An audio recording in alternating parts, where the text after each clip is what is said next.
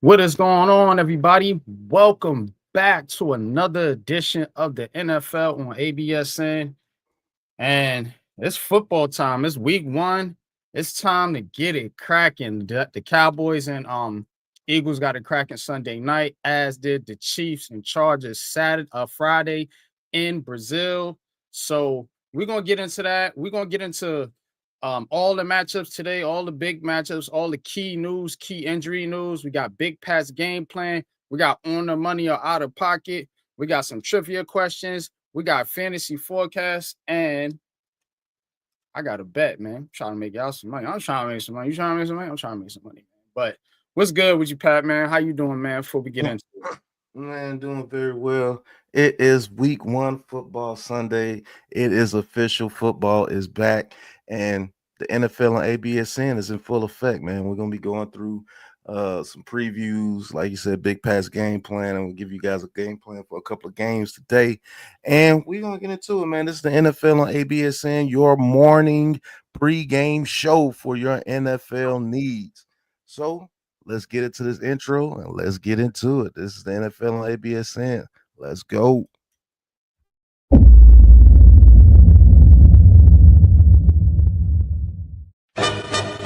Righty K, the Razor Man.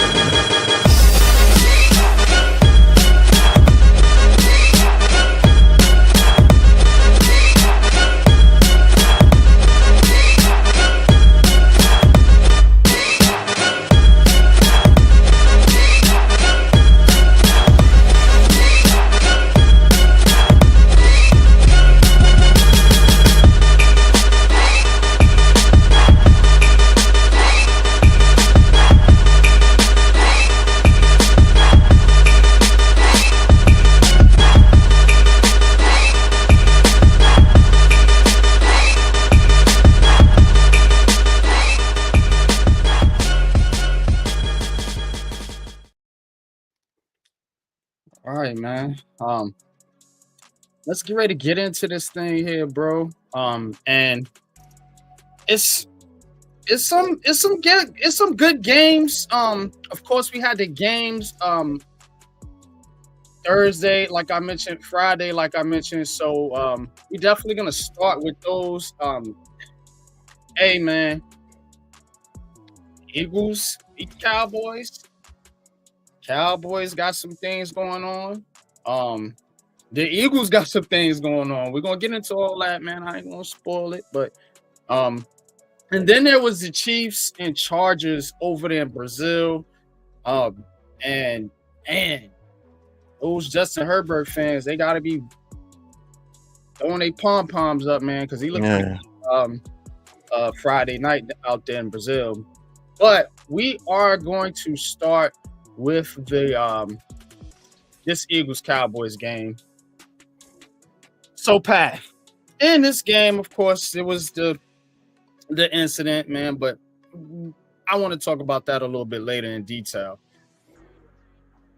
What did you see from let's start with the Cowboys because remember, no Michael Parsons was traded before the season started, and Dak Prescott coming back in off of injury last year. What did you see from Dak, and what did you see specifically from this Cowboys defense in that matchup Thursday night? Um, what I saw from the Cowboys last night is they actually played a lot better than that I gave them credit for coming into that game against the Eagles. You know, Dak Prescott had 188 yards, but he had some crucial drops from CD Lamb. Even though CD Lamb had a good game, he had three crucial drops from CD Lamb and a drop from his tight end in the end zone. He was actually throwing some strikes out there, to be honest with you. But they fell short of the Philadelphia Eagles and specifically of their defense. I think they should have blitzed more. Every time they blitzed Jalen Hurts looked out of sorts and he wasn't getting completions or anything when they blitzed him and when they kept him in the pocket. You know, they got beat down by Jalen Hurts because they kept allowing him to break the pocket. And what I've seen from the Cowboys is they have no pass rush. And so that trade of Micah Parsons really hurt them. Jalen Hurts, man, I think he got at least 5 first downs running by himself. I think both these defenses have a lot of questions in their secondaries. And the Eagles and the Cowboys have an issue with pass rush too. Yeah. Just gonna keep it real with you. Both these teams have some defensive issues. Both offenses are still pretty doggone good. I think Dak Prescott, I think Dak Prescott will have a pretty good season this year, man. He looked like he was on one last Thursday night, but it's just some defensive deficiencies, as we can say, on both teams. So we'll see how that translates further into the season. The Eagles losing Milton, the defensive tackle, and then the incident that had happened with Jalen Carter, spitting on Dak Prescott. That was kind of crazy, but I think both these teams are going to have their issues going through this season. I don't think it's going to be as dominant as people think with the Eagles this year. They might still win a lot of games, but they're going to have to really work for them this year. Yeah, I agree, man. I do agree that that Philly is not the same team. Just trying to tell people, man. That regression is real when you come off a Super Bowl. I witnessed it firsthand with the New York Giants. We seen a few teams in the past, struggle, after coming off a Super Bowl victory. But the main thing I've seen here, like you said, is that secondary is to be had over there in Philly. And if they don't get to the quarterback, they're gonna have issues. They're gonna have to outscore a lot of teams. And I don't necessarily know if they're built to just throw the football all over the place. We shall see. We shall see, man. But that was one of the games. The other game, Friday night, Chiefs Chargers. You had your boy Justin Herbert out there, Pat Mahomes, of course, and this one, man, I just seen a different Justin Herbert. That's kind of my main takeaway from this game.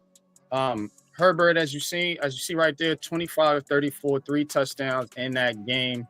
I think he ran for another score. So it was the Justin Herbert show. And the Chargers just decided to go out there and just start passing all over this. We thought the Chargers was just going to run and just bully the Chiefs. And they went out there and threw the ball all over the yard in that game. Pat Mahomes and them didn't really have an answer for it. The defense didn't look great at all. So we'll see. Kansas City, usually a slow starting team, but again, they came off the Super Bowl too. Is this team kind of coming back to the pack a little bit? I don't know. Perhaps. Mahomes, he looked okay, but what was your takeaways from this game, Pat? Takeaways from this game, the Chiefs. I told people the Chiefs are going to have a tough time in their division this year, and they're already 0-1. And that's the way you get the Chiefs out of there. You know what I'm saying? You got to beat them up in the division. And if they had trouble with the Chargers defense, they're going to have trouble with that Broncos defense too. Patrick Mahomes did what he could in that game, running over people, making great passes. He made 2 incredible plays during this game, but I just think the Chargers caught them off guard with that game plan of Justin Herbert coming out there and throwing that ball all over the yard. Yeah. And that just goes to coaching. They got a real coach over there with the Chargers now, Jim Harbaugh.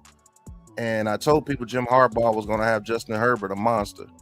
That's the real quarterback whisperer. So he just showcased that Justin Herbert could go out there and still be Justin Herbert to put up them stats if they need him to.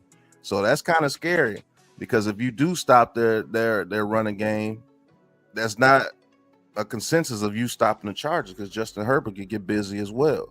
So Herbert did his thing, man. He made the crucial run to end the game. And I just think that Chiefs team, they are going to start a little slow. Not saying the Chiefs are done. Not saying it's over with. But they're gonna have to get Kelsey started now because now you lose Xavier Worthy for an extended period of time because of this dislocated shoulder. Rasheed Rice is not there, so he's suspended. So you got Juju Smith-Schuster, and you can't depend on Hollywood Brown because he drops too many passes. So they're gonna have to get that run game going, and Kelsey's gonna have to turn back into Super Kelsey, man, or it's gonna be all on Mahomes. And as you see, Mahomes was not enough to beat a very good team in the Los Angeles Chargers. Now he could probably beat up on teams like the Browns and everything by himself, if you want to call it that. But that division, man, they are ready for the Kansas City Chiefs this year, man. And shout out to Jim Harbaugh for switching it up because he totally tricked me too. I was like, dang, they passed it like 8 times in a row. I thought, Marion Hampton is going to get a bunch of carries tonight. But I thought so too. Sucks for me. He's on my fantasy team. Damn you, Harbaugh. But, that just goes to good coaching, man. And dare I say, he outcoached Andy Reid in that game. And that normally does not happen. So we're going to see. And the Chargers did make some mistakes. They didn't capitalize on a couple of things. That field goal before halftime shouldn't have happened. Marion Hampton ran out of bounds and saved them some clock. But even with some crucial mistakes, they still came out with the victory. And that shows something to the Chargers, man. Look out for that team this year.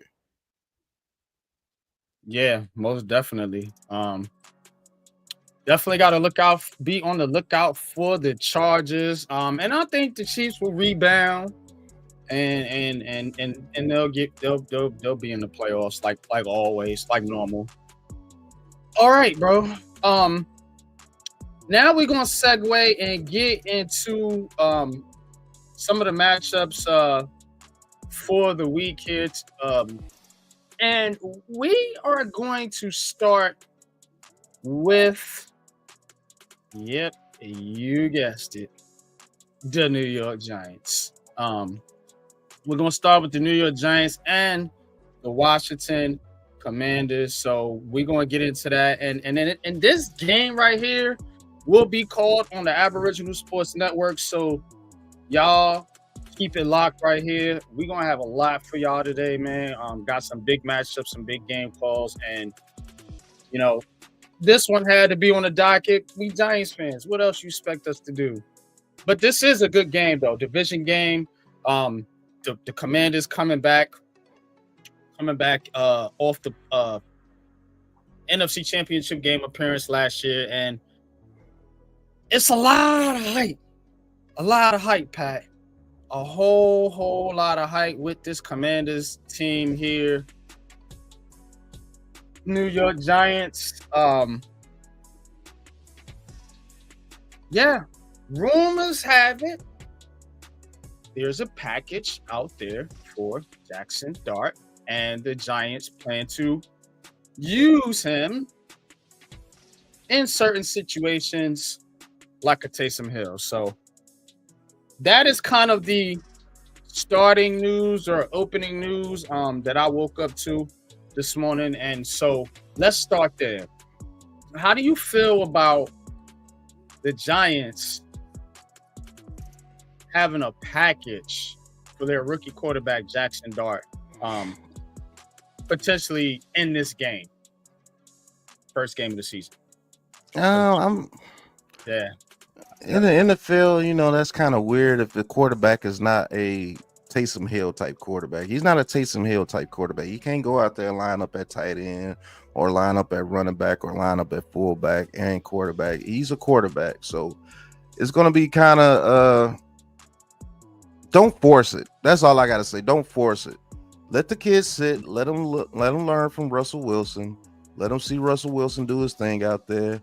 And if you have to bring him in, make sure it's a time where you bring him in is permanent. You know what I'm saying? Don't take Russell Wilson out his groove, take him out for a drive, and then put him back in there, and then take him out for a play here, and then put Russell Wilson back in. No, this is not college. This is the NFL. You see what I'm saying? Don't do that. If you want the kid in there that bad, then just put him in there. Don't play around with it. Don't play around with a veteran like Russell Wilson. The guys are listening to two voices in the huddle, and yeah, is don't make this situation weird. You have the perfect situation for your guy. Let the situation play out the way it's supposed to. Don't get greedy and try to put him in there because the fans want to see Jackson Dart. No, Yeah, right. Jackson Dart needs to sit and he needs to learn. Let him learn, and if he does have to come in there, then put him in there. Don't play around with it. Don't make it weird. You know what I'm saying? Don't make it weird for your guys on the team. Like trying to force this kid in there. No, because he's not a bruising running quarterback. He's small in stature, and he's not a receiver. So just stop the madness. Yeah. Just please don't do that. Because like you said, now you just using the kid as a gadget play. Like, what are we doing here? Yeah. Weird, man. Weird. This is a weird team. Anyhow, let's get into the matchup. I talked about this on my channel. The matchup to me is the Commanders offense versus this new Giants defense and this new Giants pass rush led by Dexter Lawrence, Abdul Carter, Kayvon Thibodeau, and Brian Burns. And of course, you got the Commanders offense with the sensational Jaden Daniels. You have Scary Terry. They got some other pieces over there, Ertz, Eckler, so on and so forth. To me, that's the key matchup. To me, that's the matchup that whoever wins that battle, particularly in the trenches with the offensive line of the Commanders and the defensive line of the Giants, whoever wins that matchup, I think is going to have the advantage in this game. And to me, that is my key of the game here, Pat. Defense versus offense.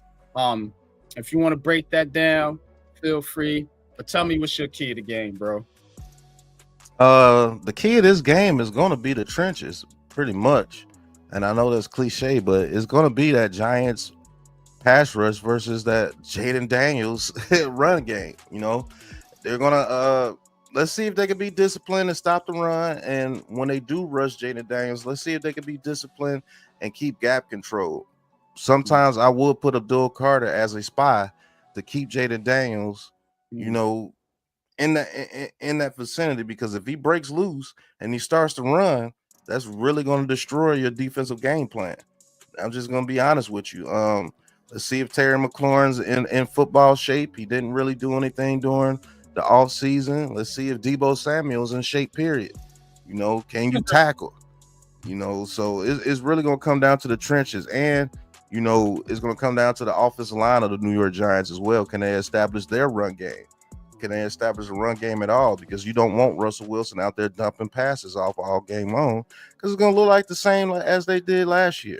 Wan'Dale Robinson, 140 targets, averaging 5.2 yards a catch or whatever it was, and you don't want that. And let's see if we can get Tyrone Tracy started. And I want to see Cam Scatterbo over Singletary for real. Like that's ignorant to me, and it's gonna come down. Can James Hudson, the second or the third, fill in for Andrew Thomas today? Because I do not believe Andrew Thomas will be playing today. He will suit up, but I do not believe he will be playing today. James Hudson. Shout out to Drew, man. I got that from Drew. I don't like James Hudson, but yeah, I ain't confident in James Hudson myself, man. But as you said, looking at the injury report, this is the injury report right here, right now. We're looking at, of course, Andrew Thomas doubtful. Then you got a couple on IR for the. See if we can get the full injury report. Here we go. Got it. All right, yeah. So Andrew Thomas is doubtful. Of course, and you see the injured reserve players for the New York Giants. But Pat,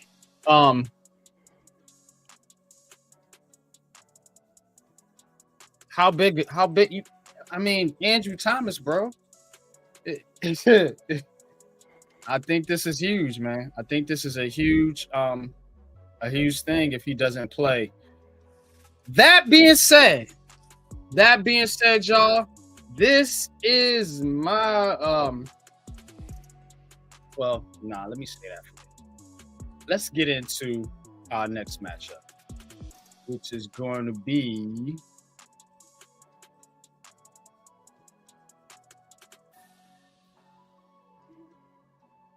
Packers versus Lions. Pat, damn, this one damn near 50-50. Yeah, it should be. They're equally yoked, as you might say. But in this game, of course, you got Hutchinson coming back off the injury, man. You got Michael Parsons, who by reports will be playing today. Michael Parsons will be suiting up for the Packers in his first game as a Green Bay Packer since being traded from the Dallas Cowboys. This is a huge one. This one will also be called right here on the Aboriginal Sports Network. Shout out to our buddy Mets 2128, I believe that is his name. He'll be on the call today. But how big of an impact is this Parsons is Michael Parsons going to make on this defense? And is a big enough impact? Because remember, Detroit's the defending champs in that division. So the Packers and Vikings and Bears, oh my, are trying to catch up to the big bad Lions. So Green Bay made major moves, man. They made power moves. Like, nah, we ain't bullshit. We're gonna go get a guy, and we coming for you. Is it enough though? Is it enough? And will it be enough in this game? Talk to me, bro. People in the Packers stratosphere are feeling like how they felt when they got Reggie White from the Eagles. You know, they got Michael Parsons from the Cowboys. How fitting. It's another NFC East team that gives them one of the top pass rushers in the league. And I do feel that when Michael Parsons gets it ramped up, that defense is going to be scary. Because you got Rashawn Gary, you got Parsons, you got the linebackers over there. That defensive backfield is still good. Got Xavier McKinney lurking back there. They're going to be a problem. And I think this Packers team, man, if there's a time to get the Lions, is now, because they got all new coordinators. You know, Aaron Glenn and Ben Johnson are gone, and the Lions look very, very sloppy in the preseason. Now, that's just the preseason. So we'll see what Sonic and Knuckles and Jared Goff and Amara St. Brown, and the list goes on and on and on and on. Sam Laporta, like the Lions are loaded. They are. Like the Lions are seriously loaded, but their defense can be had. But they do have Aiden Hutchinson back, so that should change some things over there with the Lions defense. When you lose a guy like Aiden Hutchinson, that hurts your defense tremendously. And they lost McNeil as a defensive tackle, and he's back as well. So this is gonna be a heavyweight fight, man. Yeah, they're gonna be throwing some punches in this game for sure. Yeah, most definitely, man. I'm thinking though, what about these coaches? You got Dan Campbell, you got LaFleur. So, like, because this game is so close, I tend to see maybe who got the edge in the coaching department. Who you got? No, the edge of the coaching department has to go to Dan Campbell. He's proven. He's got that Lions team from 1-15s and 1-16s to Super Bowl contenders. Like, Dan Campbell's the ultimate leader of men in the league, I believe, when it comes to actually having a team getting behind you and believe in you. But yeah, you got to get an edge to the Lions for sure. I mean, LaFleur is a good coach, but I don't think he holds a candle to when it comes to being a leader of men against Dan Campbell. It's just been proven on the field.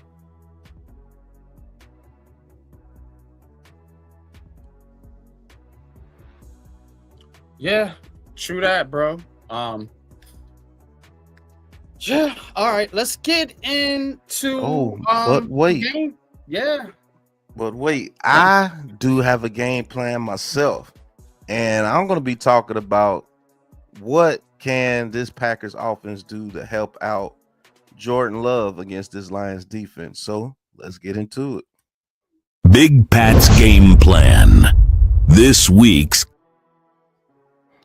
All right, so we're going to be talking about what the Lions can do to help out Jordan Love. And the first thing they need to do, man, is establish a run game. Take the pressure off Jordan Love when it comes to playing these Lions teams, because Jordan Love, when I've watched this game, he tends to make mistakes as far as throwing interceptions, and that has to be fixed. But man, when you get a run game started with this Packers team with Josh Jacobs and whoever they have in there, they're going to be a problem, man. And this kid, Jordan Love, has a extremely good arm talent. So when you're making those teams come up, when you're making them press the box and come up and try to stop your run game, and then you have Jaden Reed, Matthew Golden, who's on my fantasy team, by the way, Romeo Dobbs out there, oh my God, the tight end that they have. They're very good, man. So if you get that run game started against this Lions defense and start making them press up and slow down that pass rush with Aiden Hutchinson and McNeil and Davenport, all those guys out there, Croft, the tight end, man, you get that run game going, and I'm telling you, they're going to be a problem against this Lions team. And we're going to see exactly what happens in this game.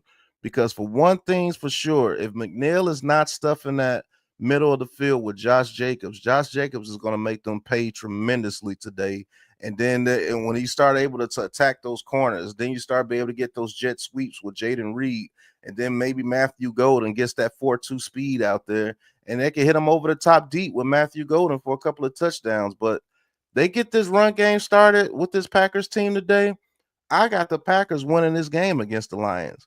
And I truly believe that this Packers team is the team that's going to be able to get the Lions off that NFC North throne. As you see, when you do that jet sweep with Jaden Reed, that's what they do, and they're going to be a touchdown, baby. So we're going to see what they do this week against this Lions team, man. But let's get back into it with the previews, man. But that's my Packers Big Pat's game plan of the week for the Packers beating the Lions. Big Pat's game plan. This week's key matchups. All right, man. Good stuff, Pat. Good stuff. Yeah, man. The running game. Let's hope they do get the running game going. For you fantasy players, your boy, me, this guy, Josh Jacobs projected to get 16.7 fantasy points. So to Pat's point about Green Bay's running game, you might want to start Josh Jacobs still, man. In this game, that could be a key fantasy player for this matchup. Now, let's get into our next matchup, which is going to be the Ravens and the Buffalo Bills.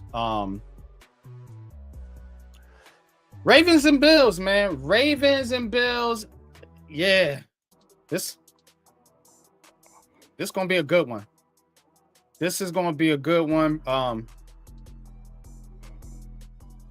Look, bro.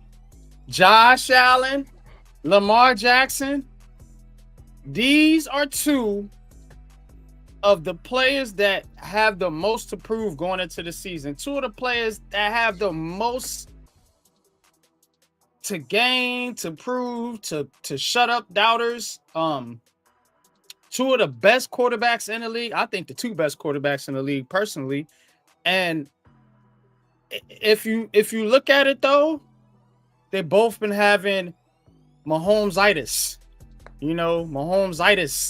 And I think that is the issue here is they can't get past Pat Mahomes, and they've been beating each other up in the process. So this matchup is going to be a big one. This matchup could set the tone for the AFC because I think these should be the two favorite teams in the conference. Yes, I said it over the Chiefs. We already talked about the Chiefs. They don't look the same. Yeah, so talk to me about this one, bro. This is a huge matchup. I can't really put a key. To me, the keys is the quarterbacks. You know, who's going to play mistake-free football, who is not going to make a critical mistake at the end of the game. You know, which one of these quarterbacks, because they both pretty much carry their team. You know, Lamar got a lot more help, though. You got Derrick Henry over there in that defense. But still, you know, he does most of the heavy lifting on offense. Let's give him credit. So, again, talk to me, though, because I know you like to get into some of the deeper matchups and different things like that. So, but talk to me about what's the key matchup in this game right here, man. Ravens, Bills, Sunday night. Hey, man, the key matchup in this game, man, is going to be that combination Lamar Jackson, Derrick Henry versus this Bills defense. Can they force Lamar Jackson to be a passer the whole game?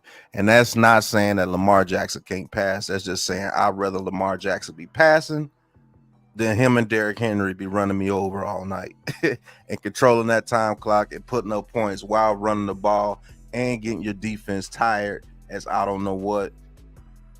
I think the Buffalo Bills going to have a tough time with the Ravens tonight. It's going to be a good game. Can Josh Super Allen, you know, do what he does for the Buffalo Bills offense to put up points? Yes, I do believe so, but this Bills defense is going to have to step up and stop that run game of the Baltimore Ravens, because one thing's for sure, if you cannot stop the run with the Baltimore Ravens, you will not stop the Ravens, period.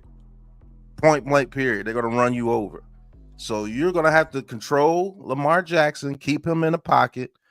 I know that's saying like, man, are you crazy? You know, Lamar Jackson go get out the pocket, but you got to contain him.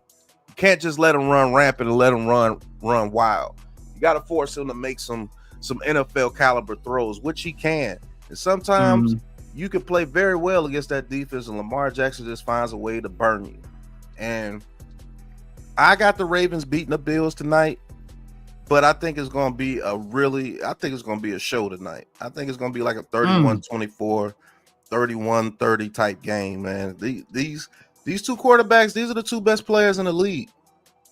I'm just going to keep it real with you.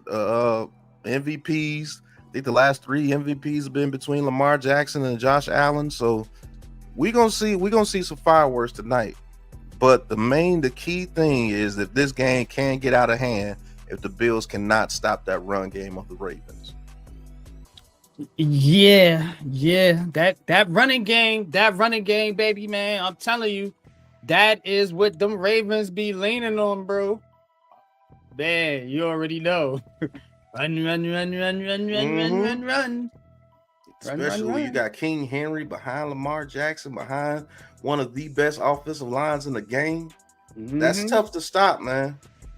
And I think the Ravens should utilize that more. Sometimes we could talk about it a little bit. Sometimes I think they try to feature Lamar Jackson a little too much. You know what I'm saying?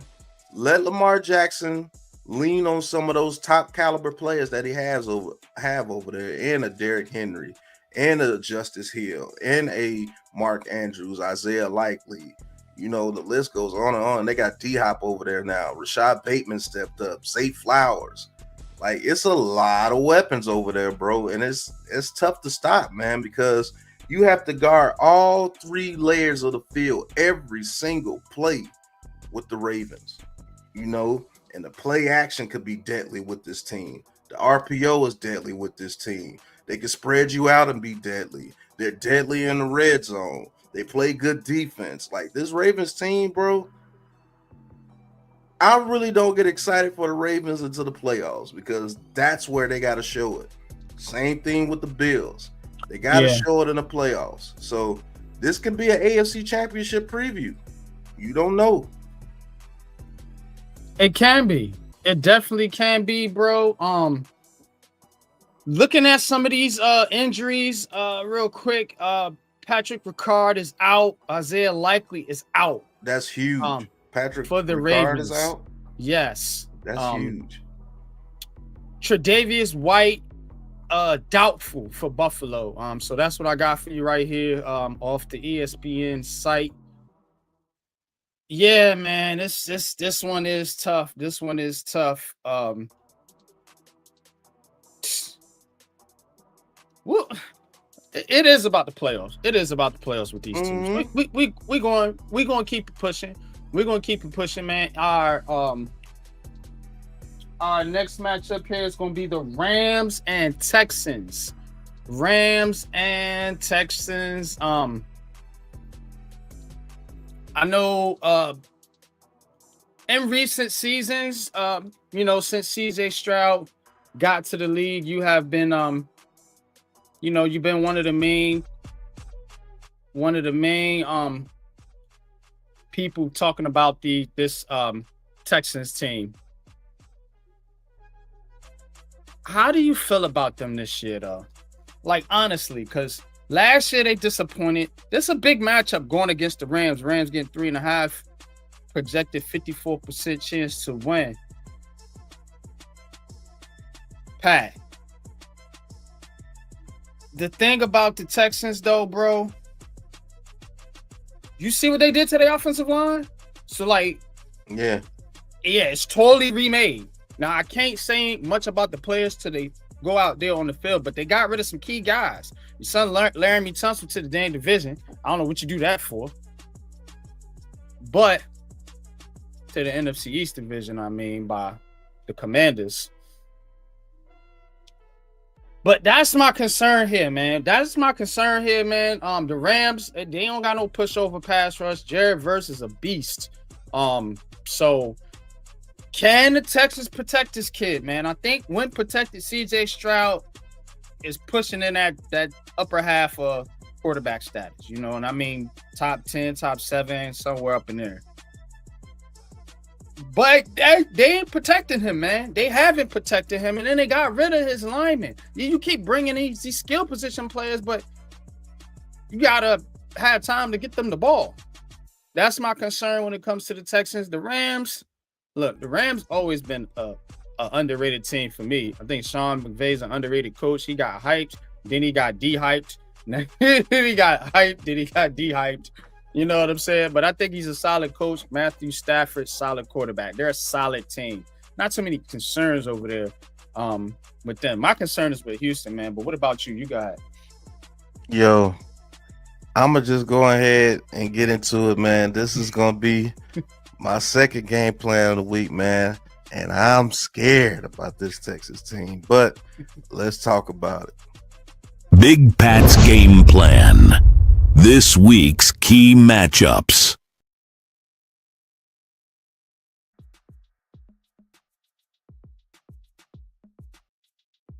Defensive front. This is going to be the main course for this game.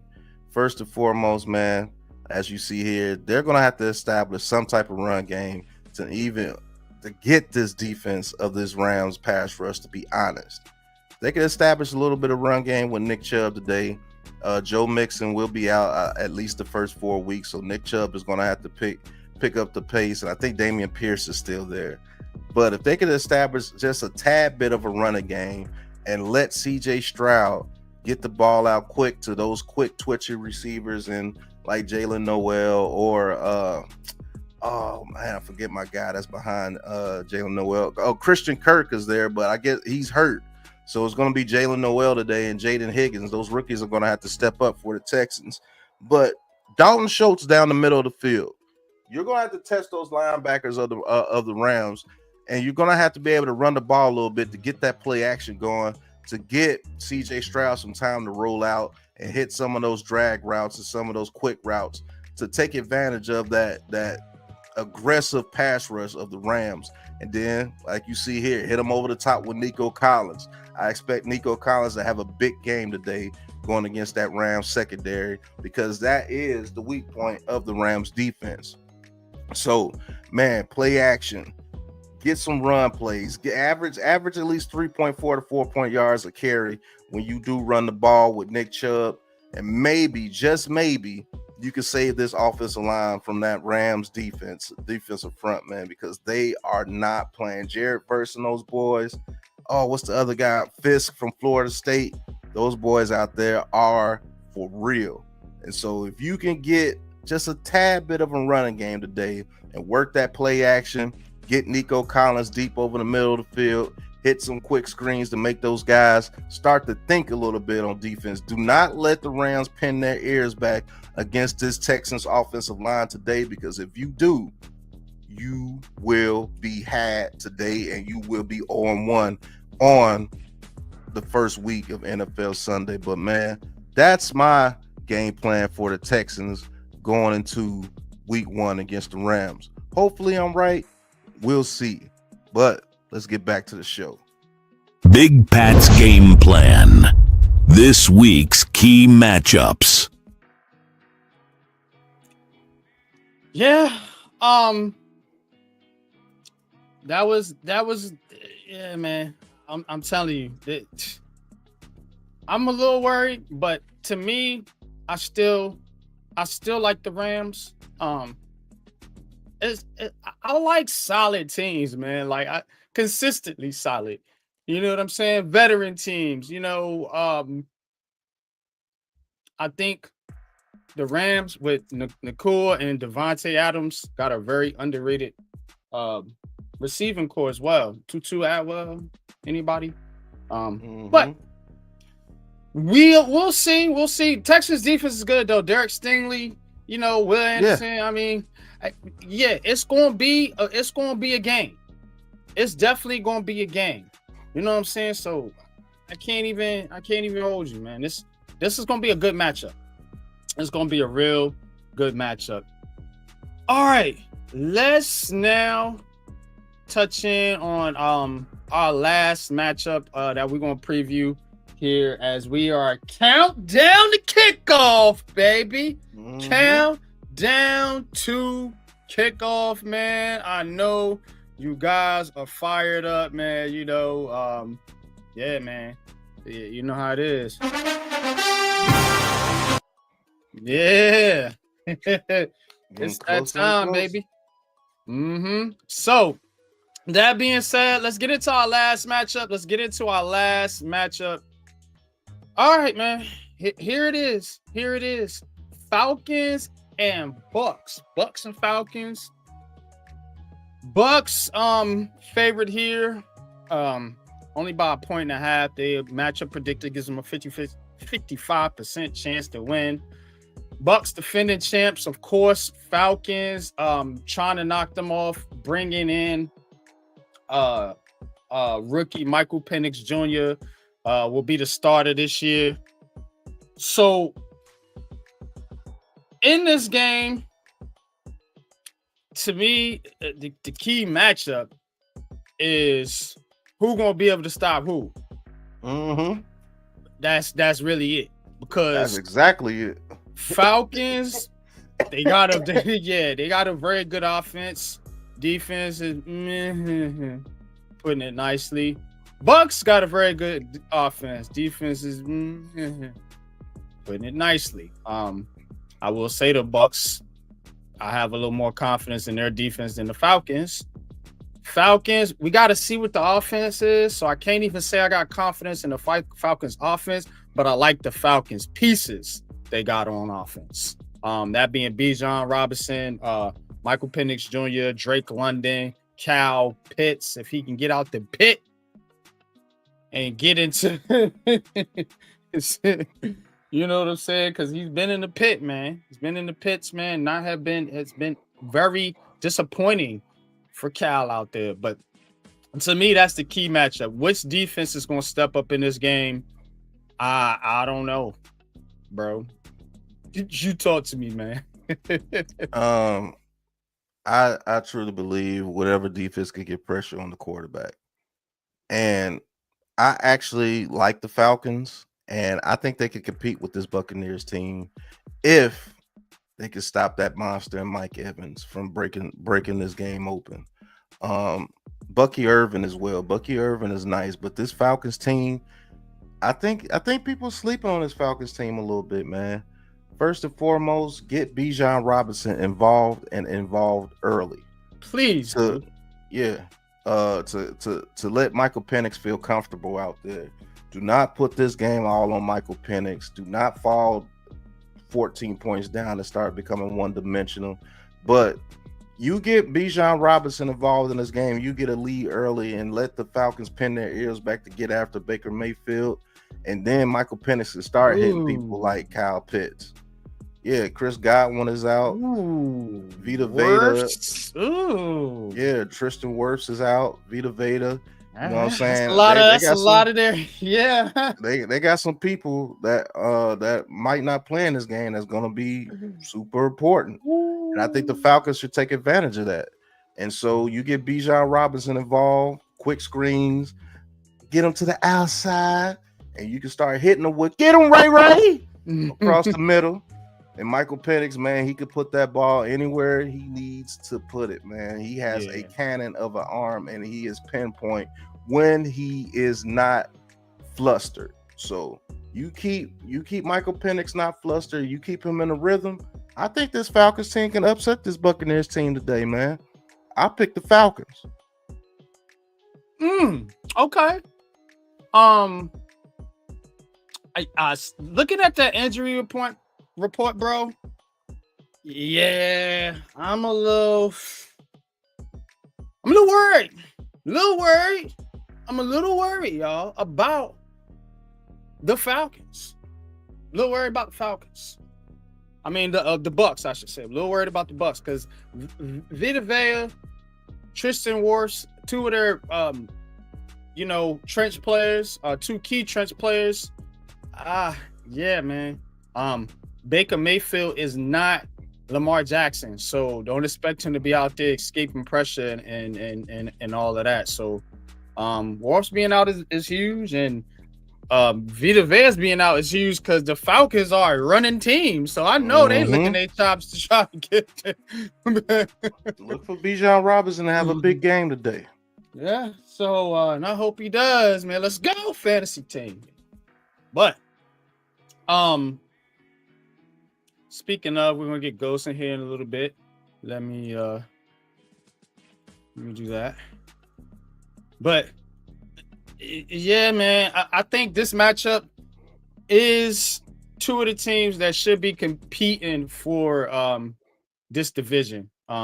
These should be. I do like Carolina. They were my top five sleepers, but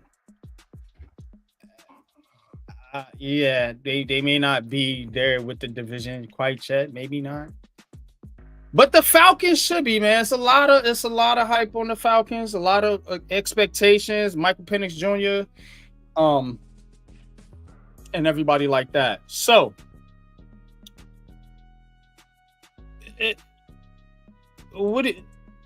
you picking the Falcons? I'm gonna go with the Bucks, man. I'll probably go with the Bucks. Yeah, I mean a lot of people gonna go with the Bucks, but man, I think this Falcons team got something for them, man. I'm telling you. I don't know, bro. I don't know, man. But we're gonna play a quick commercial. Let's play a commercial. Let's get Ghost Dog in here for the second half. We're gonna turn up here a little bit. We're gonna come back. We're gonna have On the Money or Out of Pocket. We're gonna have some trivia questions, and we're gonna talk fantasy. And I got a dog, man. An unpopular pick of the week from me. Y'all gonna like this one. But that being said, where is it at, bro? Yeah, KMP Productions. Shout out to KMP Productions. They produce a lot of the shows on the Aboriginal Sports Network. So go check them out if you want your show produced, if you want some intros, some outros, some music, websites, graphics, you name it, they produce it, man. So check out KMP Productions. We're gonna come back in hour 2 of the show, man. Y'all hit that like button. Official sponsor of the ABSN, AMP Productions. Let's get it. You've got ideas, but it's time to make them unforgettable? KMP Productions brings your vision to life with pro-level video editing, eye-catching thumbnails, custom logos, and branded backgrounds, all done virtually. Hosted a live stream, we handle the production in StreamYard, from smooth overlays to polished graphics.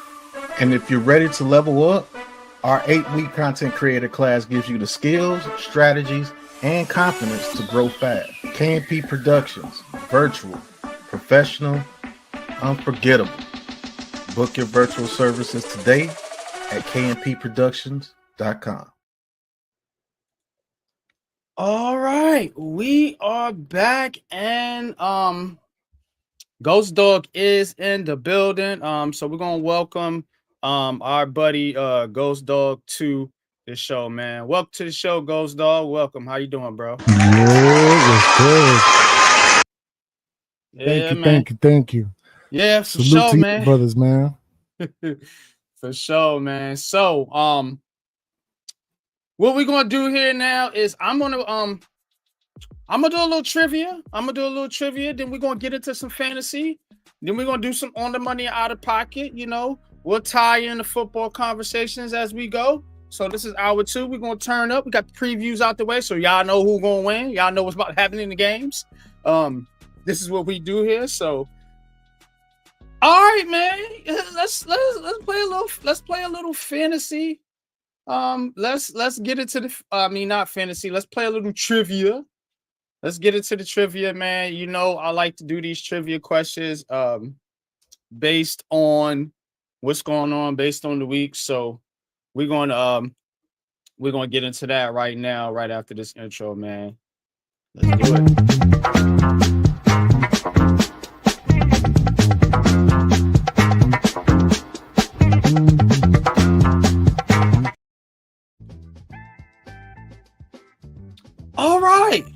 All right, man. Let's see here what we got here, man. Let me get into this. Oh, man, took everybody off the screen. Don't play by yourself. All right, this one is up y'all's alley. New York Giants fan here. Yeah. Oh man. All right. Giants versus Commanders. This question is in relation to the Giants versus the Commanders. What is the longest regular season winning streak held by the Commanders in this rivalry? Because right now they at 2. So, you know, I'm picking y'all's brain because everybody think the Commanders is that much better than the Giants. And they just beat up on the Giants all the time. Talk to me. Who? Negative. How? What's the answer to this question? I should say. What is the longest regular season winning streak held by the Commanders in this rivalry? Is it A, 8 games? Is it B, 10 games? Is it C, 11 games? Or is it D, 12 games? What you got? I'm going C, 11. Ghost. I'm gonna go A, man. There's no way they hit double digits winning streak against us. And the answer is 11 games. Mhm. That is right. 11 games from 1971 Remember, in the 70s, we were time. to terrible. 1976. Before my time. All right. All right. Let me give y'all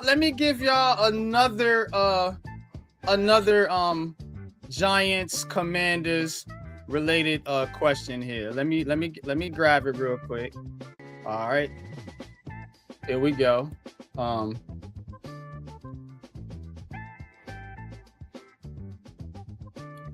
As of 2025 opener, how many times have the Giants and Commanders met in the regular season only? Only the regular season. How many times have they met? Is it A, 180, B, 184, C, 186, or D, 188? Right. I'm going B, 184. This is a complete shot in the dark because it just depends, I guess, on how long the league's been around, right? If I'm not mistaken. So, Well, yeah, as of 2024, how many times they met in the regular season? So yeah, Giants and Commanders since they've been, alive, I guess. I'm gonna go with B. Right, 184 sounds about right. B 184, and it is B 184. Man, good job, fellas. All right, now I gotta switch it up now, y'all. Yeah, y'all Giants fan, y'all. Yeah, I'm on it today. Y'all know I'm y'all on it sick. today. Season opener, man. Bro, yeah, energy's crazy. I feel you. All right, we're gonna give you something else. We'll give you something else, man. I got something for you. All right. Lions Packers related. What is the Lions all-time regular season record at Lambeau Field through 2024? A, 13-36-3. B, 14-35-4. C, 15-34-4. Or D, 12-37-2. I believe it's A. I do believe it's A. Because they be getting swamped in Lambeau Field. Yeah, they stay getting smacked in Lambeau. So I'm gonna go with D. Pause. I'm gonna go with D. D, okay. Gotta be a couple ties in there at least. You said D, you said A. All right.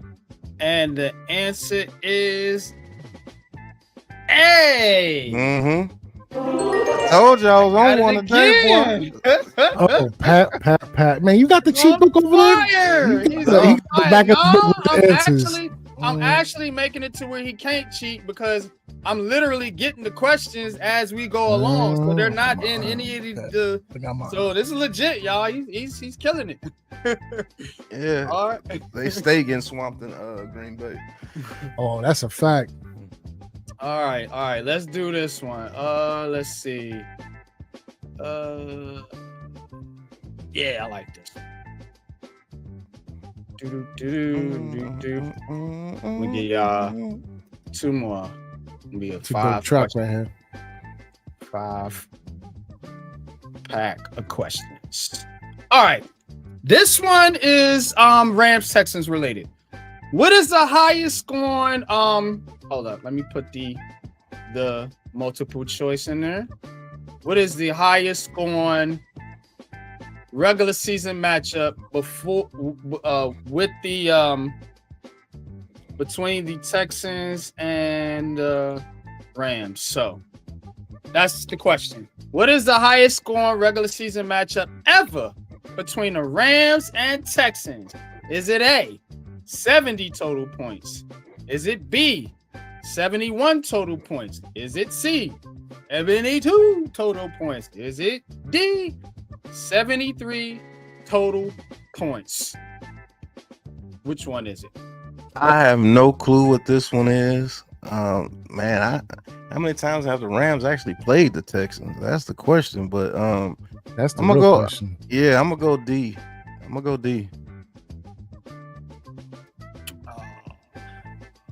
I saw NYG with the count impression, 72 total points. Yeah, it is D, but I think this one is off. So let me give you this one, because we was just talking about, because that's not right, because I think they're counting when they were the where did they come from? The Oilers, yeah. They're counting when they were the Oilers. So that one's tricky because the answer actually is D. Yeah, I told you, man, I'm perfect. The answer actually is D. That's weird that they would count that, because ain't the Titans technically the Oilers? No, I think it's the Texans. Well, the Titans. Yeah, that's they went to the Houston Oilers, and then they went to the Houston- Tennessee Oilers. Tennessee Yeah. Oilers. Then they went to the Tennessee Titans. Texans. So the Oilers has no history with the Texans. So Yeah. that's all. All right. Here we go. I got one for y'all. This one's gonna be Bucks, Falcons. We know they've been around for a little bit. So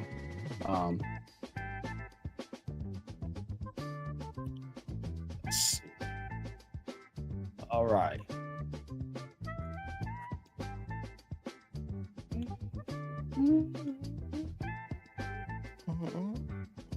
All right, here we go. Who holds the largest victory margin in the rivalry between the Bucks and Falcons? What was the score? Bucks 48-10, B Falcons 56-14, C Bucks 56-14, or D Falcons 48-10. Who has the largest margin of victory in that series? Falcons 56-14. Yeah. B. If I remember, Dion and them crushed them back in the day. Yeah, yep. You guys are perfect. Yep. Perfect on the day. Man. Yeah, I told you I was on one. Perfect on the day. I gotta make this damn thing harder. You guys hit all five, man. Congratulations, man. Congratulations, fellas, man. Thanks for playing NFL trivia with the Aboriginal Sports Network, man. Thank you very much. All right. We're going to talk some fantasy, man. Let's get right back into it, man. Coming right back.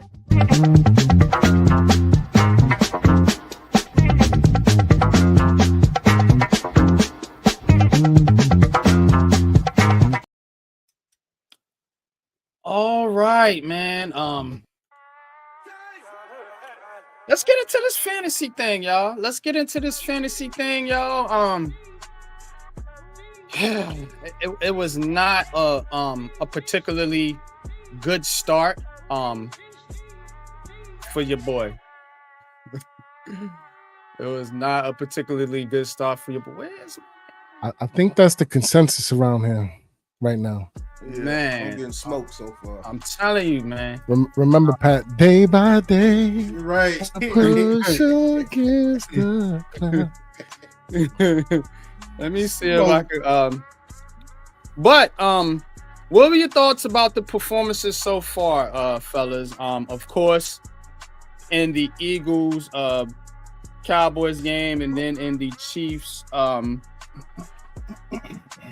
Chargers. I had Amari Hampton. He did okay for me. I thought they was gonna run the ball more, so Jim Harbaugh tricked me, but whoever got Herbert starting put up points for that team. I'll tell you that. yeah. Oh, yeah. And talk about a sleeper situation with the Quentin Johnson. Are we looking at a possible reemergence of that young man's career? You know what I'm saying? That is, yeah, man. Did I just let that slip out there? Hey, before we do this, got a little bit of breaking news about our Giants. Give us 1 second.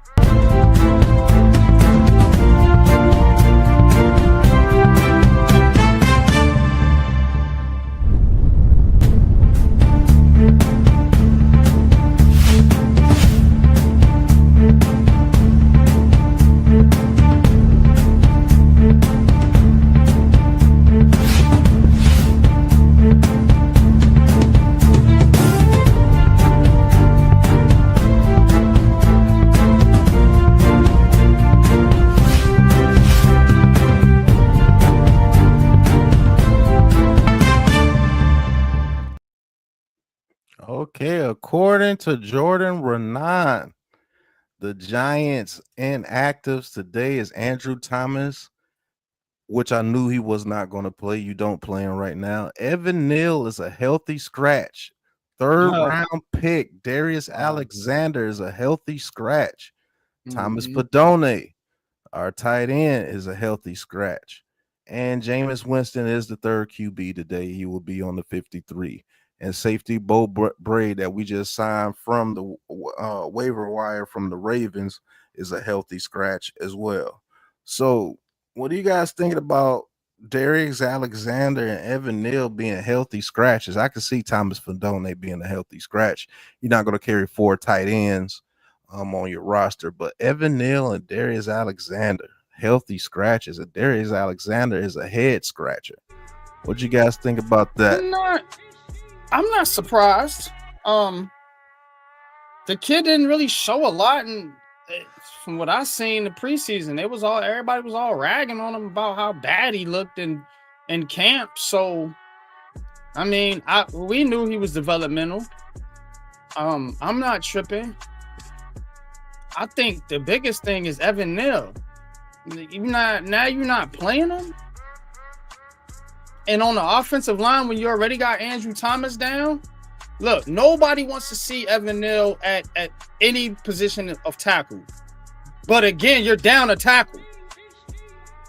This is what I understand about these dudes. So now, I guess you going, if you get an injury, what you gonna do, Brian Davis? You gonna throw Aaron Stinney over there, so one of these dudes? It just shows you that they're really holding on to this kid just to hold on to him. They doing a lot of these guys like this. You clearly don't know what to do with them, don't have a spot for them. They doing it to Hyatt.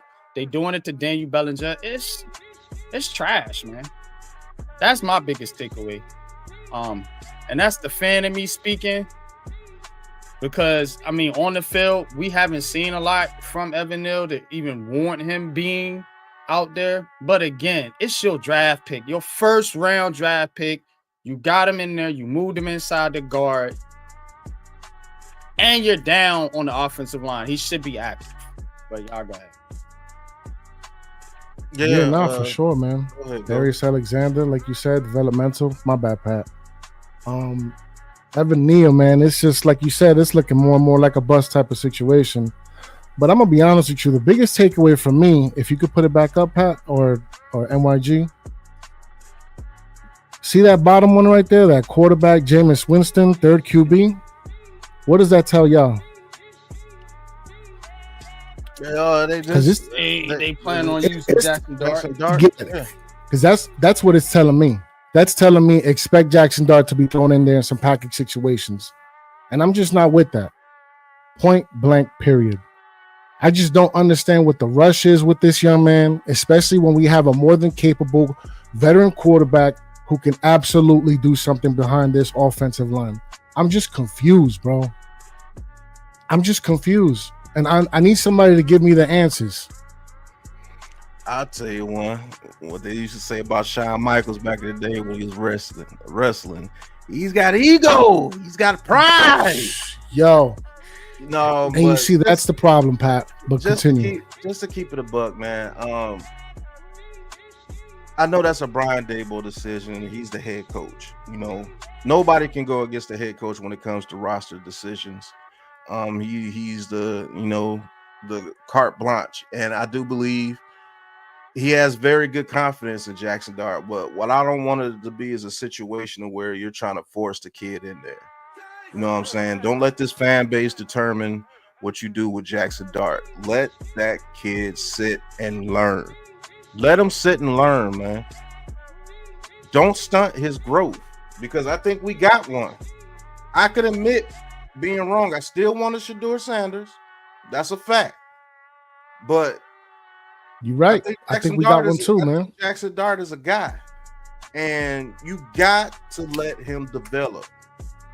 Either you harpoon this thing and put him in there and put him in the fire and put your game plan in and let him go out there and run the game plan that I know that you have separate from Russell Wilson's game plan. I know there's two totally different situations and schemes when it comes to those two quarterbacks. So why infiltrate that and make those offensive linemen switch back and forth between scheme and you know what I'm saying? The receivers switching between scheme. No, don't do that. He's not a quarterback like Jalen Milroe where you can bring him in there and he can run all over the field. He's not like that. You're gonna wind up getting this kid hurt or get his confidence deflated, and guess what you're gonna do to him? You're gonna give him the Daniel Jones treatment. Oh, he's a bust. Oh, he sucks. No. If Russell Wilson's not the guy, let him go out there and prove it, and then you bring your guy in Jackson Dart. That's the way it should be. No packages and everything. This is not college. But go ahead and watch it. Yeah, it is what it is, bro. Let's talk about some fantasy.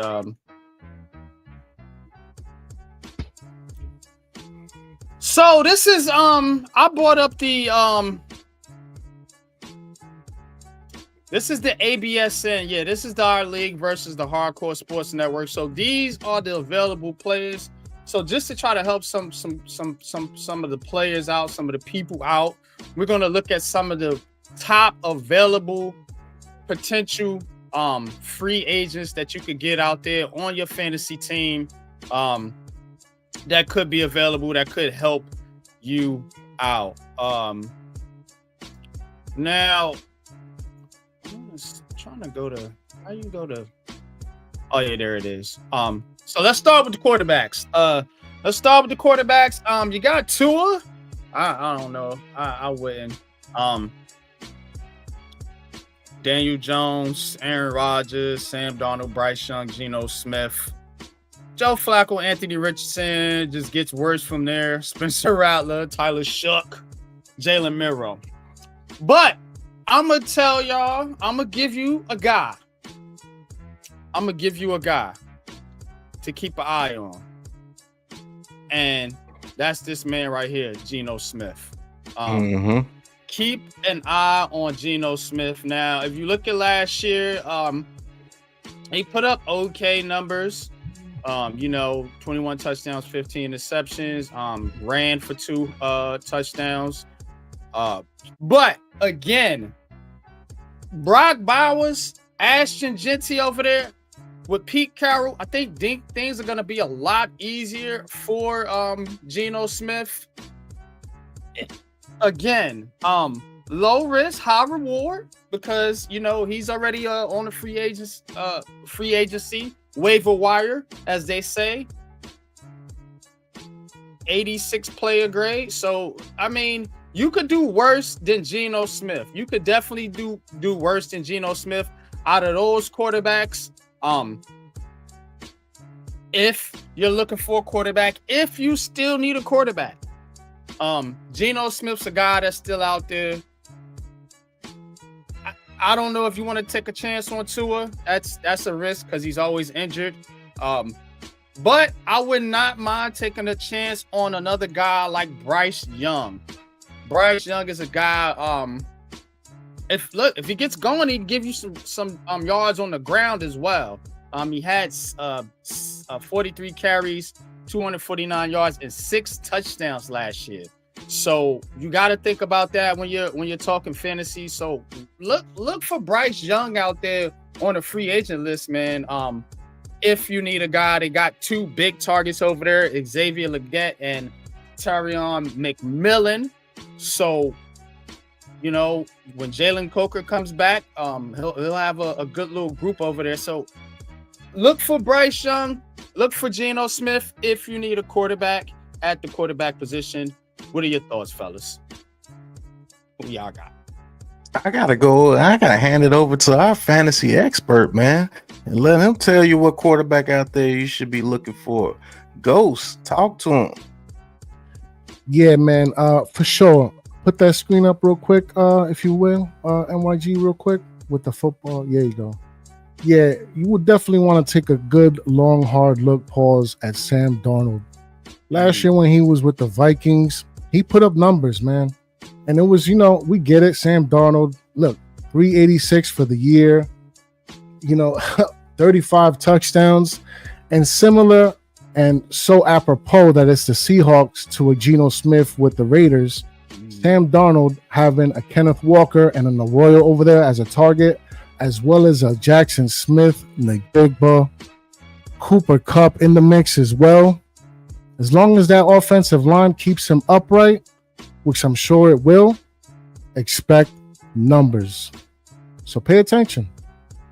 If you're in need of a quarterback, maybe in a tight flex situation where your starter's on a bye, hey, man, snatch him up. Yeah, man. Definitely, man. That is definitely a solid one right there. Let's go to running backs, man. Let's give them some running backs. We'll do running backs, wide receivers and tight ends. Defense and kickers, y'all are on your own. Running backs, though. Running backs right here. Man, it is thin. Again, this is these leagues vary as far as who's gonna be available or not. But if I squint and I look real close, you might have a guy in Keandron Miller. Miller's a guy that's backing up Alvin Kamara. I think he is the backup for Alvin Kamara. So he hasn't had a lot of fantasy production, obviously, but it is something to watch for when you have guys that do a heavy usage load, and you may look for a guy like this to stash in case he gets hurt. There's Kareem Hunt out there. Justice Hill, that's Derrick Henry's backup. Yeah, Justice Hill for sure, man. I had him last year. He's definitely like a super boomer bust, man. Some weeks he'll make nothing because I had him in the flex a couple times, and then some weeks, he'll have 2 touchdowns on the game. It's weird, man. But if you do decide to get Justice Hill, just pay attention to the matchups because he's like a red zone threat screen game type of running back, if that makes sense. So, yeah, no, for sure, man. Justice Hill is definitely up there. Yeah, man. So that's a couple running backs for you. I like Dwaddle in Carolina too. I don't know. I like Dwaddle in Carolina. I know they got Chuba Hubbard, but he has the injury situation. Yeah, I look for guys like that because let me tell you what happens, folks. These fantasy football players, they will hoard running backs. And then when you need a running back and you go out on the free agent list, ransom. That's what they be asking for. Yeah, and because guess what? They got the backup to the guy you need. And of course, I'm selling high, bro. Oh, you need this guy. Your guy out for the year. This guy's value just went through the roof. And that's what a guy like Dwaddle can do for you, man. If anything, whatever happen. They call that handcuffing. That's what they call that. Handcuffing. Yep. But Justin Hill, Rico Dwaddle, and Keandre Miller are a couple guys that you can handcuff, as Ghost put it. All right, Ghost, let's get the wide receivers, bro. Talk to me about some of these wide receivers. I see Amari Cooper out there, Jack Beck, Io Manor, pass boy Ray McLeod, Quinn Johnson, Ray McLeod on the free agent list. And we just talked about him earlier. I put a waiver claim in for this dude right here. Oh no, man. Just talked about him as a guy. Another name. Yeah. But who you got, man?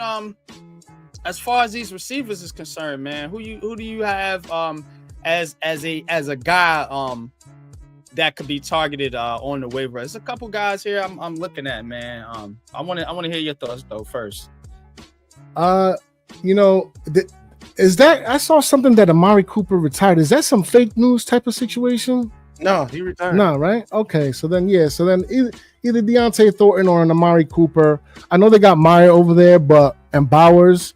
Somebody's gonna emerge out of that wide receiver room though. So I wouldn't mind holding on to the Deontay Thornton or an Amari Cooper just in case things pop off later in the season. You know, if you got a spot in reserve on your bench, why not snatch him up? Did he retire, Cooper? I think something. Yeah, Oh, he right. did? Oh, Yeah. See, so forget oh. Amari Cooper, especially now that he retired. Focus on Deontay Thornton Jr. yeah. So then you know, Thornton Jr. There you is go. definitely a guy. I think all they really got over there is Jacoby Myers, if I'm not mistaken. yeah, and Brock Bowers, Brock and Bowers. Ashton So, Genty, of course. So This yeah, is a good one, Goes. I do like this. We talked about Geno Smith. We talking about Deontay Thornton. So Raiders definitely a sleeper team to keep an eye out on, to look out for. Yeah. What about this guy or Jack Betch over there too? He's on the Raiders too, so he could probably it could probably step up in that slot role. I could see that. All right, let's look at the tight end slot here. There's some pretty good ones out there. You got Schultz, you got Jonnu Smith, Freiermuth. Elijah Arroyo is one I really think is gonna pop off. gonna chop some people. I agree. This is definitely a guy to. I actually have him in one of the leagues we're playing in as a stash guy. I think mid to late seasons he's gonna be putting up monster fantasy numbers. So Crazy. yeah, keep an eye out on him for Elijah Arroyo. Theo Johnson's another one I would keep out for you Giants fans, because look, it looks like they're gonna be bringing Fedoni along slowly, and I believe, as is Pat, when that kid Jackson Dart does get the full-time controls of the offense, Theo Johnson is going to be one of his main targets. So definitely keep an eye on Elijah Arroyo and Theo Johnson from the tight end position, man. But who do you have, Ghost, out of this list? Out of this list, man, it's Pat Freiermuth. I mean, it just makes the most sense. You know, nobody else is over there besides Metcalf. And Freiermuth, like, you know, he's done some things in these past couple seasons, man. So, yeah, for sure. Out of this list, for sure. Dalton Schultz is another one. You know, that's another name that could possibly suit your needs. But go on down towards the bottom a little bit. That Noah Gray kid, pay attention to him too. Because Kelsey's getting old. He's getting up there. So the Noah Gray kid, Miss Hangover had him last year. Shouts out to her. She put me on to him. He came through for her a couple times, I believe, last year. He put up some things here and there. So pay attention to Noah Gray. That's a good one. That is a good one right there. Yeah, Noah Gray, huh? Who knew, man? Yeah, you're right. You're right, because Kelsey might not be here, might not be for long. This is a guy definitely to keep an eye on. Definitely to keep an eye on. Noah Fant is another one down there too. Noah I just Fant. Yeah. I was gonna say Noah Fant. He's another one. Yeah, definitely a sleeper. It's some. If you know Eckler, not Eckler, but Ertz, if he goes out, pay attention to Ben Sinnott as well. Not for none. There's a couple tight ends on this list, man. That if they get an opportunity, they could put up some numbers, Musgrave man. is the guy that can. Musgrave is another one. Can put up some numbers. Yeah. This Will Disley. So keep an eye out for any one of these names throughout the season. Underrated too. Disley. Yeah, Will Disley. Yeah. Mm-hmm. Yeah. He's gonna get some time over there with Conklin over there with the Chargers. I think the tight end. Wow, Cole Kmet is out there too. Yeah, Jesus. the tight end group is deep this year. It really is. Royo, Theo Johnson, Gesicki. Yeah. Dang. I'm gonna have to hit the waiver wire real soon. Jonnu Smith. Yeah. It's a deep group out there, man. You need to give a damn about tight ends out there. Getting no love. So definitely check out. It's almost game time. Yeah, check out that. We're gonna get into on the money or out of pocket, man. That has been your fantasy forecast. I am in like 5 fantasy leagues, y'all. So I'm gonna be setting my lineups and setting my getting everything together here. As we continue along. Doing my Birdman hand rubbing right now. You hear me? Yeah. But I'm gonna give you guys as we go into let me show y'all this real quick. Because this is the pick'ems that we're in, the hardcore Aboriginal pick'em league. As you see right here, Yeah. see who's sitting at the top, right? Lonely at the top. You see who's sitting at the top, right? Silk City, you see? Yeah, your boy Kenny Biz, your boy Big Pat, Oh yeah. boy Coach Ed. So I yeah, told people the Chargers doing gonna our get them thing. boys. we doing our thing over there. Shout out to the Aboriginal Sports Network. We doing our thing out there. Let's go. At the top. Shout out. Let's go, baby. Yeah. But Representing the ABSN strongly so in far. that ABSN strong, bro. We tearing it up over there, man. But let's get into it, man. Let's get into it.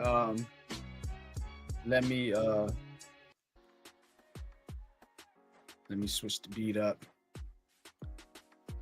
All right. I'm gonna get into what's Leaf doing here? Leaf. Whoa, what's good with you, bro? Leave was good. Leaf, you cited for these Packers, huh? Them Green Bay Wacky. You think I ain't when I am? Man, shout out to the Blue fellas. I know y'all ain't doing shit this year, but shout out to y'all. Hey, man. yo. We beat you. We beat I you can't every wait. year. What week is that? What week? Wait, y'all play us this year finally? Yep. Finally. Yeah, We're I'm about to circle the it. 2 times. I'm about to circle the date right now. Wait. Let me Talking check crazy. the schedule. Let me make sure. Yeah, hold Be a up. Let me We make all sure. need to do it. Let me make sure Come Pat. on back. Let me make sure Pat. Let me make sure Pat ain't on Tell no. us and tell us what you find out. Tell us what you Hold find on. out. Go to Nah. Y'all probably did win. I don't remember. Oh, the we game. know we won. Ain't no 16th problem. game. Early November 16th afternoon. this year. Okay, Yes, sir. all right. Circle it. Yeah, I'm gonna circle it. I can't wait till we Yo, pack and y'all don't- blue asses up again. Yo, and don't run away like you did Do the this, last man. time. Put the brakes on y'all. Word up. I was like, where's Leave? Where's Leave? Listen, All right. we gonna turn y'all into Smurfettes, man. Y'all that blue shit gonna be dead in a while, bro. Like it's no problem. Listen, y'all division keep giving up scraps, bro. Like y'all just keep handing out candy left and right. With us. You just mad that we get free Pepsis. That's what it is. I think Lee coming on Pepsi here. tastes like syrup, man. Why you don't drink Coca-Cola? I think Lee. I ain't gonna hold you. I'm a Coke man, but hey, look, if it's free, it's for me. I ain't gonna be mad. I think Lee is the. Oh man, nah, but it's good on to the be money here, out of man. pocket. I ain't even get a chance Definitely to out of talk pocket about. right now. Pocket. He's straight out of The pocket. gate out of pocket. Crazy. Yeah. Wiping the dust out his eyes out of pocket. How you wake up and chose violence? Right. Yes, Right. of course I did. We're gonna get into on the money or out of pocket since you own the show. Right. With this out of pocket ass shit. Oh yeah. Out of pocket for that shit. Way out of pocket.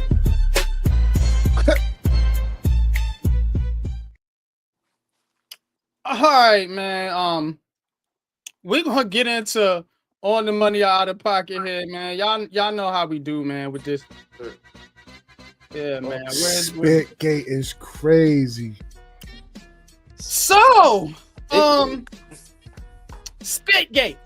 Yeah, we're gonna lead it off with Spitgate.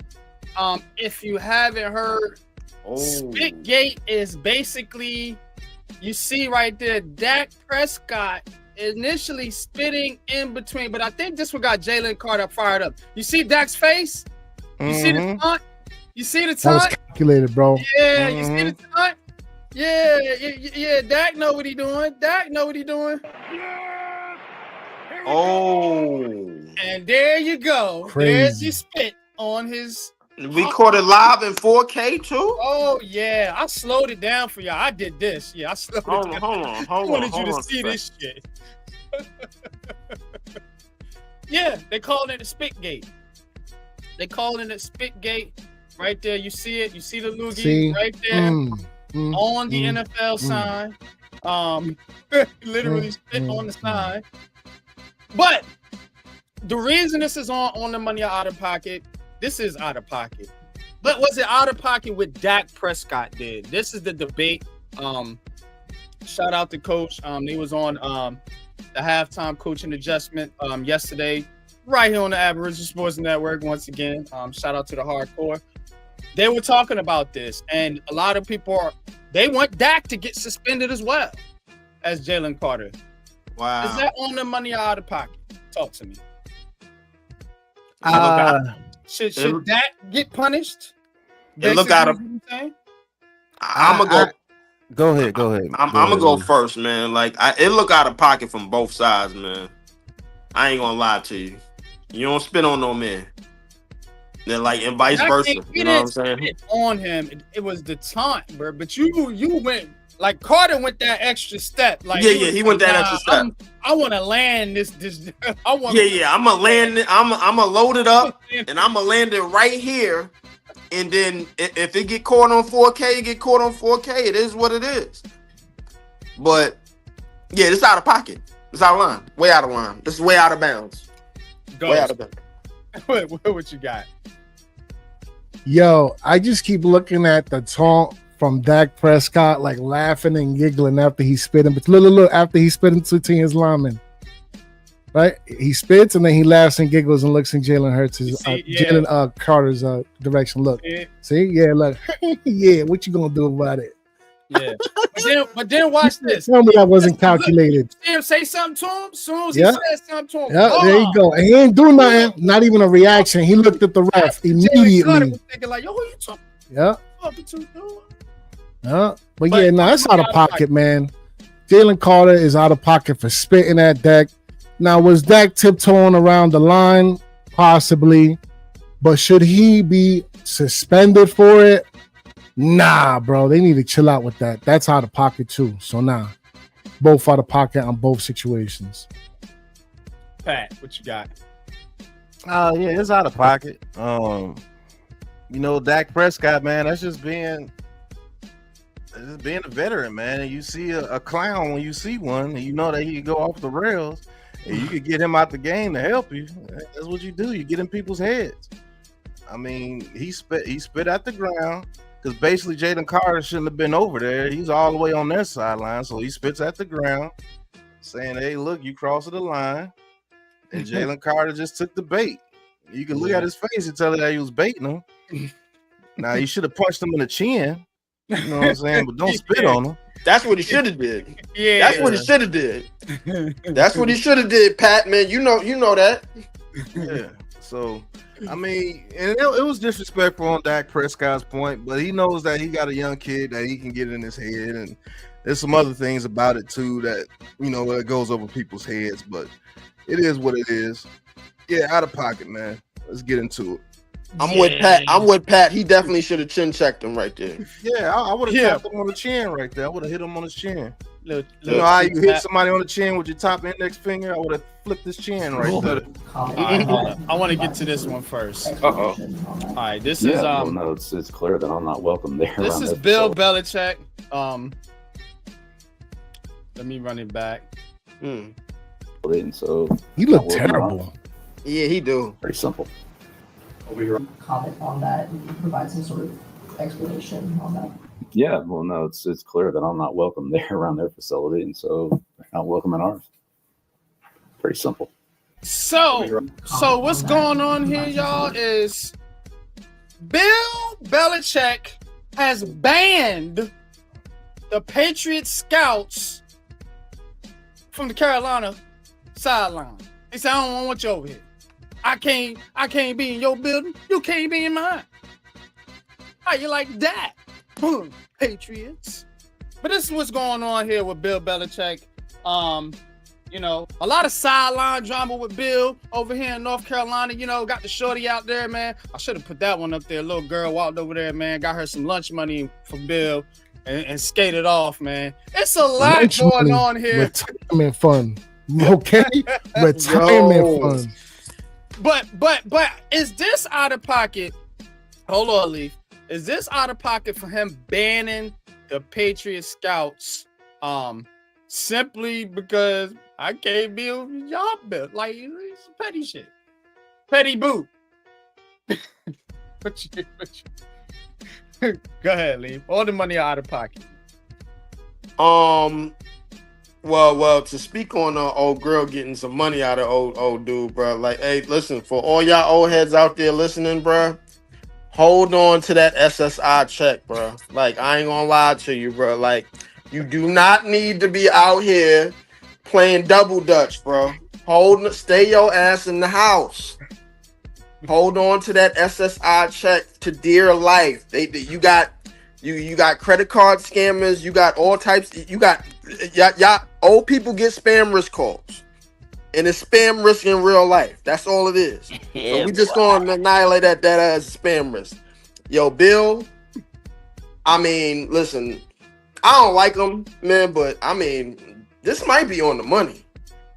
Yo, after all I did for y'all, and after all y'all told me to do for y'all, and I can't be let in the building at all. The quarterback that I coached for years and years to get a statue, and I can't be let in the building. Okay, my new job, I got full reign. I ain't letting y'all in the building either. No, that's basically. All right, yo, you shoot at my foot, I shoot at yours. Dead ass, yo. You know what I'm saying? Like, come on, like, let's keep it 500 out here, bro. Like, yo, after all I did for the last 20 years, I can't be let in the building. But y'all want to come down here now that I got the coaching job, and y'all ain't been down here. Y'all ain't been coming down here. And now y'all want me to do y'all favors? Nah, we good. Ghost, what you got, man? On the money out of the pocket. It is all the way out of pocket. Okay, because look, there was a couple seasons ago where I would have been like, talk your talk, Bill. Okay, talk your talk. But as the years go on and on, slowly but surely, it just seems to me like it was number 12 over there doing all the work for most of the time. Real talk. And I got to give it to Bill off the defenses, but I don't know, man. It's like you haven't done anything lately. You crash and burn in the NFL up to the point where no owner wanted to even touch you. Now you got what's her name following you around. You down there in the UNC. You causing waves. How long is it going to take before they're like, yo, you need to chill out? I'm sure they've already had conversations. So you not allowing NFL scouts in the building, you're not doing yourself no favors. I'm sorry. It's out of pocket. And you know what? No nonsense. I give him maybe a couple more seasons before things hit to where it's supposed to go. And it's going to be a train wreck. Running himself out this year, bro. It's going to be a train wreck. That season opener, belt to ass ain't even an excuse. It was borderline criminal negligence going on that football field. How ugly it looked. It's out of pocket. As a UNC fan, man, I expected more. A UNC football fan? And right now, well, I like UNC basketball. So me not adopting a football team as a child, I just converted over to a UNC football fan. And I'm sorry, NYG. I like a number of football teams in college, to be honest with you. I root for Rutgers, Syracuse, and UNC. We do Heart of the City stuff. But Pat, we got to keep it pushing. Pat, word. Money out of pocket. I think he's on the money and out of pocket. I think he's on the money, and that the Patriots, if I can't be in your building, you can't be in my building. That's on the money. If I can't come on your block, don't come on my block. But he is definitely out of pocket with that little chick, man. He is definitely giving money out of his pocket. He is out of pocket. All the money. Oh man. Bad man. That's just real, man. He's definitely out of pocket. Nah, yo, I'm with Pat. I'm with Pat on He is, yeah. Listen, no That bullshit, man paying bills. He's getting Birkin bags. He's getting yo. having 5-course meals all day long. Taking pictures on the beach with costumes. Like, what we doing here, bro? Man, she lining this dude up, man. All types of silly, bro. I'm like, Hey, yo. hey, listen, it ain't tricking if you got it. Bill is paid, man. He's living his life. Yeah, that's grandchildren money, bro. That ain't for her. Bro, I gotta prepare y'all for the next slide. Yeah. Cause this one, yeah. I hope you ate already. This might get, but I find this stuff and it's just like, cause one thing I want to do is have fun, but I also want to bring light to what's going on in the world, the type of shit that we going through in on Earth. So check this out. We've all heard of oat milk, soy milk, and almond milk. Now scientists are... Oh, wait a minute. Yo, NY, I know that I don't say what I think it say. Oh yeah, that's crazy. Comment on that. Hold on, I got you. Yeah, well, no, it's clear that I'm not welcome there around their facility, and so they're not welcome. Y'all gonna see this. They try not to let y'all see it. I know what they doing. They always Yeah, well, no, it's clear that I'm not welcome there around their facility. And so oat milk, soy milk, and almond milk.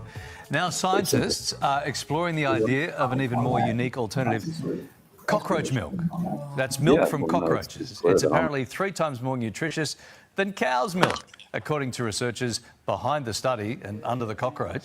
Scientists say a particular yellow fluid from the insect is rich in protein. It's got some healthy sugars in there too, kids, which can aid cell repair and just a little bit of growth going on too. Yeah, they're just really hard to milk. Unfortunately, they may be quite... I reckon you could milk a cockroach. They're tiny little fingers, wouldn't you? There may be quite the delay before cockroach milk becomes widely used. That's a shame. With the female insects only producing, here's a shock, a very small amount at a time. Imagine if someone from Sunrise was watching this and go, we're better off with a cash cockroach than a cash... That'd be good. Cash cockroach. Can someone get us a cockroach? Because Kylie's going to try and milk it. That could be like our mascot. Seeing as how Sunrise has the cow. Yeah, we could have the morning... the milky cocky. Cocky? What? Can we? Let's look in. Can someone get us a cockroach? Okay. Was that in England? It wasn't in America. That's all you need to know. Yeah. So, hey Pat. this the type of stuff that goes on, bro. I want to say, bro, like, this is not a laughing matter at all. Cockroach milk. They dead ass serious about it too. Dead ass. Go ahead, Pat. I can't stand people, man. Oh man. That's why I stay to myself. It's like the Twilight Zone, yo. It's crazy. I'm just keeping a book. If I see anybody with some roach milk in their motherfucking basket going from the store, I'm calling the police. Immediately. You hear me? I'm calling the straight feds. You see what I did with the milk plan? I made that shit. Y'all like that? Facts. Yo, NYG. Yo, you and this whole topic is out of bounds, bro. Like, I ain't gonna lie to you. I'm out of pocket. This is wild, bro. This is straight out of bounds, bro. Like, the man said at the end though was crazy work. You see that was out of line, bro. Man, You can't promote that to the masses, bro. Like you can't do that. Nah, that's the Jim Jones foot tap. Shit getting out of hand, B. Niggas out here eating bugs right now. No bullshit. Bro, I stopped eating candy a long time ago. I ain't gonna lie to you. Like, I don't even bring that near in my house. I ain't talking about candy bugs. I'm talking about insects. Listen. Yeah, insects. You ever seen that movie Snowpiercer? Yeah. It's like that. Remember how they was making the roach bars for the poor people in the back of the train? Yeah, it's like that. Yeah, because eventually the good food ain't gonna be for you. Why you think they try to get you to be a vegan? No. Yeah, I'm out, bro. I ain't gonna lie to you. But I already live in Middle America, bro. I done seen some shit I wasn't supposed to see, bro. Like I'm out, bro. yo. Yeah, I'm out. I moved from I did that. I moved from Brooklyn to Middle America, bro. I'm out. I'm out. Yeah, man. But speaking of out, man, we're gonna start to get up out of here, man. We got to get our roach milk is so crazy. Yeah. That's we're wild. gonna get ready to get this Gamecast going on, man. Yeah, we got this Gamecast, Giants Commanders game. Will be called right here on the Aboriginal Sports Network. And I'm gonna come up with something. But I do got my dog of the week. Me and Man K working on a fantasy betting show. But I'm gonna go ahead and throw my dog of the week out there. Let me get it up on the screen here. Y'all are gonna like this one. I do this for y'all, bro. I really do. Whether you think so or not, man. All right, the New York Giants is my dog of the week. ESPN have even had them up there. They getting 6.5. Now, what I mean by dog of the week is the point spread, and that's what I bet on. I bet on the point spread, meaning that I think the Giants are going to cover that 6.5. I think they're going to win outright, personally, but I definitely think they're going to cover the 6.5. This is a good bet, y'all. Division games are normally close. These two teams, I said this on my video. These two teams, they only had a combined. The Washington Commanders only beat the Giants by a combined 8 points last year. 8 points, and they're getting 6.5 in one game. Think about it. So this is an excellent bet. This is my dog of the week, man. Go make y'all some money, man. And we're gonna wrap it up, man. What y'all got, man? Let's close out. Yeah, my dog of the week is the Giants as well. I think we're actually gonna beat the Commanders today. It's coming up about 10 minutes. Yeah, that roach milk is. He's still stunned. Shocking. Still stunned. Stunned. I'm gonna get y'all. I'm gonna try to get y'all every week, man. I got a guy that I watch, man. He comes up with some crazy shit. It's some crazy stuff out there in the world, y'all. I like to have fun with it, but I also want y'all to be aware that things like this are going on. You don't fall into a trap. Somebody give you some milk. Whoa, what kind of milk is this, bro? Nah. I'm not drinking milk regardless. I don't drink milk anyway, but I'm just saying for the people that do, make sure. I'm lactose intolerant. I can't. Yeah, fact, bro. Yo, tell him to hit the back door, bro. Yo, you out of here. Get him out of here, man. Right. You need to pack them up. Listen, zip them up, pack them up quick. Get them out of here. Get them out of here. Make sure you keep your gloves on while you do it too. Yeah. Oh yeah, but most definitely. Gotta stay sanitized, bro. Like, yep, with the hand sanitizer on them. Get them out of here. Give me one thing y'all looking forward to this week, man. We'll go around the panel, then we'll close out. One thing you're looking forward to starting the NFL season, man. We'll start with you, Leaf. Go to Ghost, Pat, and we out of here. I'm looking forward to us beating the shit out of the damn Detroit Lions, like we've been doing for many, many years. I mean, I don't understand, man. I mean, this Dan Campbell era, I mean, it's cute and all, man. They backfield. They've been doing a lot of things, but I know what I know about that division. anytime they go higher up, that means they got a slippery slope down. I don't care if it's Minnesota, the Lions, especially the Bears. Especially, I got smoke with all Bears fans online, man. So like, everybody know me, man. So, I'm looking forward to us stomping a mud hole in the Lions, man. That is plain and simple. All right, we will have that game on the Aboriginal Sports Network. Will be called by our boy Mets 2128. So definitely tap in for that this afternoon. Packers Lions, man. Yeah, that's a tough one, man. We previewed it earlier. That's a tough one, man. I'm kind of leaning Packers, but I don't know. But Ghost, what you got? What you looking forward to? Oh man, I'm just looking forward to 1 o'clock, man. For the next 8 minutes to just fly by. We've been talking about this for months now. The if, the ands, and the maybes. It's just time to finally see it on the field, man. That's it. And I expect a W today. And I expect a few W's this year that a lot of people probably think that it ain't going to happen. Because I see potential in this team. And I think it's finally, we finally starting to see the light at the end of this tunnel. Couple of things here and there that I got my gripes on.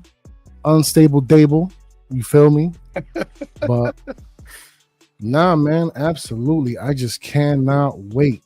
Stay tuned, man. It's going to be a great, exciting season over here at the Aboriginal Sports Network. Most definitely, man. Pat, what you looking forward to, bro? As we wind just looking forward to a great game. Great games here on Sunday. Calling the Giants game, man. Looking forward to doing more shows like these for you guys in the morning before we started calling these games. On the broadcast for the Giants game, going to be bringing on our new guy, our new hotshot from South Carolina, man. Ball Knower podcast. He's going to practice calling the game with me today in NYG, and he might have to take over for the Giants games for you guys right here on the network. Be on the lookout for that. So, I'd like to thank everybody for watching, but we got to get out of here because we got to call the game. All right, take us out, bro. All right, this has been the NFL ABSN, your morning pregame to your game, wherever you're going. Hey, hopefully soon we'll be able to cover everybody's team whether it's the Packers, whether it's the Giants, Commanders, doesn't matter who it is, we got you covered right here on the ABSN. But to the next pregame, y'all know what time it is. Peace. Peace.